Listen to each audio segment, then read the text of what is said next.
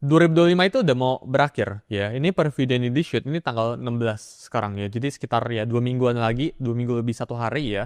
Ini bakalan tahun baru ya 2026. Biasanya 2026 ya atau tahun baru itu sangat identik sama yang nama itu resolusi ya. Jadi banyak orang yang langsung buat resolusi tahun baru setiap tahun 2026 awal tahun ya. Nanti di tahun 2026 ini gue pengen achieve apa aja gitu dan sebagainya. Tapi sangat jarang buat tahun 2025 ini orang ini tanya mereka itu udah achieve apa di tahun 2025 ini. Apakah resolusi awal tahun 2025 ini itu ke-achieve atau enggak justru. Misal teman-teman dari awal tahun ini udah berjanji ya pengen punya pekerjaan yang stabil, pengen punya misal gaji berapa 10 juta gitu, pengen punya income yang stabil dan sebagainya, atau kasih uang ke orang tua. Tapi apakah itu ke-achieve tahun ini? Menurut gue ya, resolusi tahun baru itu bullshit. Kenapa? Karena buat apa lu tunggu sampai tahun depan ya? Kenapa lu nggak kerjainnya sekarang? Kenapa lu nggak kerjainnya itu by time period aja? Jadi misal ya, gue set resolusi tahun 2026, contoh ya, gue pengen bikin 100 konten YouTube contohnya. Kenapa gue nggak mulai bikin konten 100 konten YouTube itu per hari ini gitu ya? Jadi menurut gue resolusi tahun baru itu pedang bermata dua ya. Lu nggak bisa semena-mena ya, bisa lu set resolusi tahun barunya sekarang gitu ya, terus lu malah tunggu ini kita masih ada ya gap sekitar 2 mingguan ya sampai 2026, lu malah nggak ngapa-ngapain di 2 minggu ini dengan alasan oh gue pengen set atau gue tunggu aja tahun depan ya biar fresh start. Orang suka ngomong kayak gitu, bahkan orang itu suka nggak ngomong tahun depan ya, orang itu suka menunda itu setiap minggu